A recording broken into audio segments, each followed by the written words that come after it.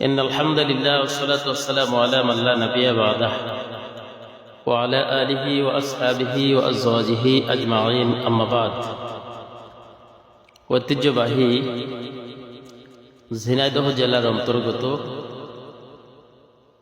বাংলাদেশের সুপরিচিত একটি থানা শলগুবা থানার আওতাধীন ৮ নং ধলহারা চন্দ্র ইউনিয়নের ঐতিহ্যবাহী একটি গ্রাম কুশবাড়িয়া উত্তরপাড়া বাইতুল মামুর বাইতুল নূর জামে মসজিদ কর্তৃক আয়োজিত আজকের এই সংক্ষিপ্ত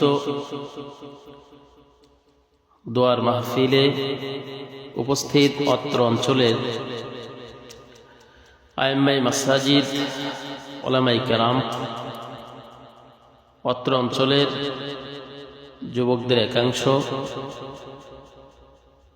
সামান্য কিছু মুরব্বানে কেরাম, সকলকে আন্তরিক মোবারক এবং সশ্রদ্ধ সালাম। আসসালামু আলাইকুম ওয়া রাহমাতুল্লাহি তাআলা ওয়া বারাকাতুহু। আল্লাহ সুবহানাহু ওয়া তাআলা কোরআনুল কারীমের ভিতরে একটি আয়াতে কারিমার মাধ্যমে আল্লাহ সুবহানাহু ওয়া তাআলা ঘোষণা করেছেন, ওমান আহসানু ক্বালাম মিম্মান দাআ ইলাল্লাহ।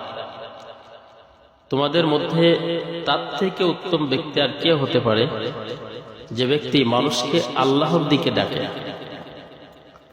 মানুষকে আল্লাহর দিকে ডাকার জন্য বড় ধরনের কোনো মাহফিল, হাজারো মানুষ জমায়েত হওয়া লাগবে, এটা কোনো প্রয়োজনীয়তা না। হাজারো মানুষের সম্মুখে কোরআনের কথা বলা আর 10 জন মানুষের সামনে কোরআনের কথা বলা একই কথা। আমরা যে মোবাইল ফোন ব্যবহার করি, made in China, made by plastic. এটা প্লাস্টিক অন্যান্য যন্ত্রাংশ দিয়ে তৈরি, চায়না আবিষ্কার করছে। এই মোবাইল ফোনটা যদি কেউ 1 লক্ষ টাকা দিয়ে ক্রয় করে, যদি নেটওয়ার্ক না থাকে, দাম আছে নাকি? জোরে বলেন, দাম নাই। কিন্তু এখন 700 টাকায় 800 টাকায় বাজারে মোবাইল ফোন পাওয়া যায়, বাটন ফোন, ফুল নেটওয়ার্ক, ফুল চার্জ। এই মোবাইল দিয়ে সারা বিশ্বে আমেরিকা, জাপান, জার্মান, সুইজারল্যান্ড সব জায়গায় কথা বলা যায়। এই মোবাইলের দাম আছে না নাই? এটাকে মোবাইল বলা হয়। তো ঠিক আল্লাহর দ্বীনের কথা, আল্লাহর কোরআনের কথা 10 জনের সম্মুখেও যদি বলা হয়, যদি ইখলাসের সাথে বলা হয়, সে কথাগুলি যদি একনিষ্ঠতার সাথে একমাত্র আল্লাহ তাআলাকে রাজি খুশি করবার জন্য যদি 10 জন বান্দার সামনে আল্লাহর কোরআনের কথা বলা হয়, হতে পারে সে কথাগুলি আল্লাহ তাআলার কাছে কবুলিয়াত কথা। হাজারো মানুষের সামনে যদি কোরআনের কথা বলা হয়, সেটার ভিতরে যদি অহংকার থাকে, ফকর থাকে, লৌকিকতা থাকে, সে কথাগুলি আল্লাহর দরবারে কবুল নাও হতে পারে, ঠিক না? এজন্য কোরআনের মাজলিস, 5 জনের ভিতরে কোরআনের কথা বলা, 5000 মানুষের ভিতরে কোরআনের কথা বলা। চিন্তা করতে হবে, আমি শুধুমাত্র একমাত্র কেবলমাত্র আল্লাহ সুবহানাহু ওয়া তাআলাকে রাজি খুশি করবার জন্যই কোরআনের কথা বলছি। তাহলে ওই কথাগুলি আল্লাহ তাআলার দরবারে পৌঁছাবে এবং আল্লাহ তাআলা কবুল করবেন। এবং আমরা আমাদের প্রত্যেকটা ইবাদত, আমাদের প্রত্যেকটা পদক্ষেপ, আমাদের প্রত্যেকটা আমল শুধুমাত্র তার জন্য যিনি আমাকে সৃষ্টি করেছেন, আল্লাহ সুবহানাহু ওয়া তাআলা। দেখেন, টাকা পয়সা, অর্থ সম্পদ, দাপট, ক্ষমতা, পাওয়ার, পৃথিবীতে আমরা অনেক রাষ্ট্রকে বলি সুপার পাওয়ার, মানে পৃথিবীর পরাশক্তি। যেমন আমেরিকাকে আমরা বলি সুপার পাওয়ার, পরাশক্তি, যাদের হার মানা ইতিহাস নাই। তারা বিভিন্ন রাষ্ট্রকে পরিচালনা করে। তো সেই রাষ্ট্রের উপরে আল্লাহ সুবহানাহু ওয়া তাআলা এমন একটি গজব নাজিল করেছেন, যে গজবের মাধ্যমে আজকে প্রমাণিত যে 70,000 ট্যাঙ্ক, বিমান, এরপর আপনার হেলিকপ্টার, বিভিন্ন মাধ্যম দিয়েও তারা আগুন নিভানোর জন্য চেষ্টা চালিয়ে ব্যর্থ হচ্ছে। কারণ এই আগুনটা পৃথিবীর কেউ জ্বালায় নাই, যিনি জ্বালিয়েছেন তিনি কে? মানুষ অত্যাচার, মানুষ অত্যাচার করে, যে ব্যক্তি অত্যাচার করে তাকে বলা হয় অত্যাচারী বা জালিম। আর যে ব্যক্তি জালিমের শিকার, নির্যাতনের শিকার, সম্মান ইজ্জত মানুষের নষ্ট করে যারা, যে ব্যক্তি শিকার হয় তাকে বলা হয় মাজলুম। মাজলুমরা এমন একজন ব্যক্তি, আল্লাহ রাসূল বলেছেন মুস্তাজাবুদ দাওয়াত, মুস্তাজাবুদ দাওয়া, তিন ব্যক্তির দোয়া আল্লাহ সুবহানাহু ওয়া তাআলা কখনোই ফেরত দেন না। তার ভিতরে একজন হলো মাজলুম। পৃথিবীর ইতিহাসে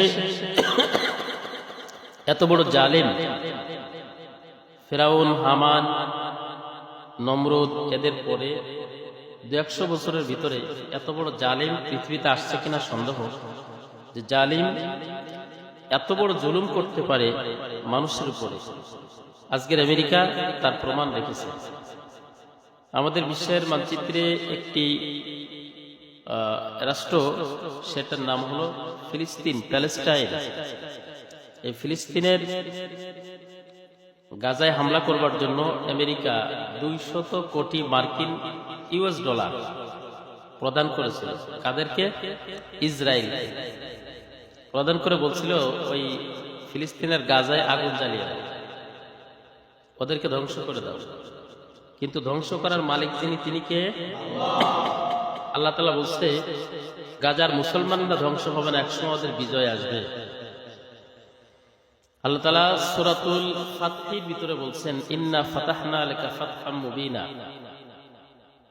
আল্লাহ তাআলা মুসলমানদেরকে স্পষ্ট সুস্পষ্ট বিজয় দান করেছেন। সুবহানাল্লাহ।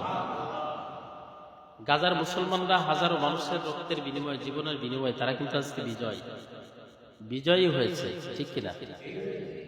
কিন্তু যিনি 200 কোটি ইউএস ডলার দান করলো মুসলমানদেরকে নিঃশেষ করার জন্য, মুসলমানদেরকে পৃথিবীর মানচিত্র থেকে মুছে দেওয়ার জন্য, তারাই কিন্তু আজকে দাবানলের আগুনে পুড়ছে। আগুন পৃথিবীর কেউ ধরায় নাই, যিনি লাগিয়েছেন তিনি কে? আল্লাহ তাআলা বলছেন ওয়ালা তামশি ফিল আরদি মারহা ইন্নাকা লান তাখরিকাল আরদা ওয়া লান তাবলুগাল জিবালা তুলা। যে খবরদার পৃথিবীতে অহংকার করে পদচারণা করো না, কারণ তুমি একখণ্ড জমিনকে কোনো পরিবর্তন করতে পারো না। এবং পাহাড়ের নিকটে যেয়ে দেখো পাহাড় কত বিশাল, আর তুমি মানুষ কত ছোট। তো পাহাড়ের তুলনায় আমরা যেমন ক্ষুদ্র, জমিনের তুলনায় আমরা তেমন ক্ষুদ্র, ঠিক কিনা? আর অত্যাচারীর সবথেকে বড় হাতিয়ার হলো অহংকার। বাংলায় আমরা একটা কথা বলে থাকি, অহংকার হলো পতনের মূল। তো যাই হোক, আমরা সদা সর্বদা যার কাছে সাহায্য চাই তিনি কে? ইনশাআল্লাহ রাব্বুল আলামিন আজকে কুশবাড়িয়া, আজকের এই জামে মসজিদের সম্মানিত খতিব, আমার অত্যন্ত স্নেহের ছোট ভাই হাফেজ মাওলানা হারুনুর রশিদের আজকের এই উদ্যোগটা, যদিও অল্প মানুষের মধ্যে, আজকে আমাদের হঠাৎ করে একটু ফ্রি থাকার কারণে আমরা একত্রিত হয়েছি কয়েকজন। তার মধ্যে একজন সুপ্রসিদ্ধ ডাউটিয়া বাজার কেন্দ্রীয় জামে মসজিদের সম্মানিত খতিব, ইমাম ও খতিব জনাব হাফেজ মাওলানা মোহাম্মদ আল আমিন অত্যন্ত চমৎকার কথা বলেছেন। সকলের কথাই যেন আল্লাহ সুবহানাহু ওয়া তাআলা কবুল আর মঞ্জুরি করে নেন, এবং এই কথাগুলি আমাদের হিদায়াতের জরিয়া বানিয়ে। এখন আমরা আজকের মাহফিল থেকে আল্লাহ তাআলার কাছে সবশেষে দোয়া করে আমরা এখন থেকে বিদায় নেব। আমরা কয়েকবার দুরূদ শরীফ পড়ি। আল্লাহুম্মা সাল্লি আলা সাইয়্যিদিনা ওয়া নাবিয়িনা ওয়া শাফিঈনা ওয়া হাবিবিনা ওয়া মাওলানা মুহাম্মদ সাল্লাল্লাহু আলাইহি ওয়া আলা আলিহি ওয়া আসহাবিহি ওয়া বারাকা ওয়া সাল্লাম। আল্লাহুম্মা সাল্লি ওয়া সাল্লিম ওয়া বারিক আলাইহি ওয়া আলা আলিহি ওয়া আসহাবিহি ওয়া বারাকা ওয়া সাল্লাম। আল্লাহুম্মা আমিন। ربنا ظلمنا أنفسنا وإن لم تغفر لنا وترحمنا لنكونن من الخاسرين. ربنا فاغفر لنا ذنوبنا وكفر عنا سيئاتنا وتوفنا مع الأبرار. رب اجعلني مقيم الصلاة ومن ذريتي ربنا وتقبل دعاء لا تقنطوا من رحمة الله إن الله يغفر الذنوب جميعا إنه هو الغفور الرحيم أي رب العالمين আল্লাহ তাআলা আজকের এই কুশবাড়িয়া জামে মসজিদে আল্লাহ কিছু উলামা ইকরাম একত্রিত হয়ে এলাকার মুসল্লিয়ান ইকরামদের সম্মুখে সংক্ষিপ্ত আকারে কোরআনুল কারীমের তোমার হাবিবের অসংখ্য হাদিস থেকে বর্ণনা করেছেন। রব্বুল আলামিন সকলের কথা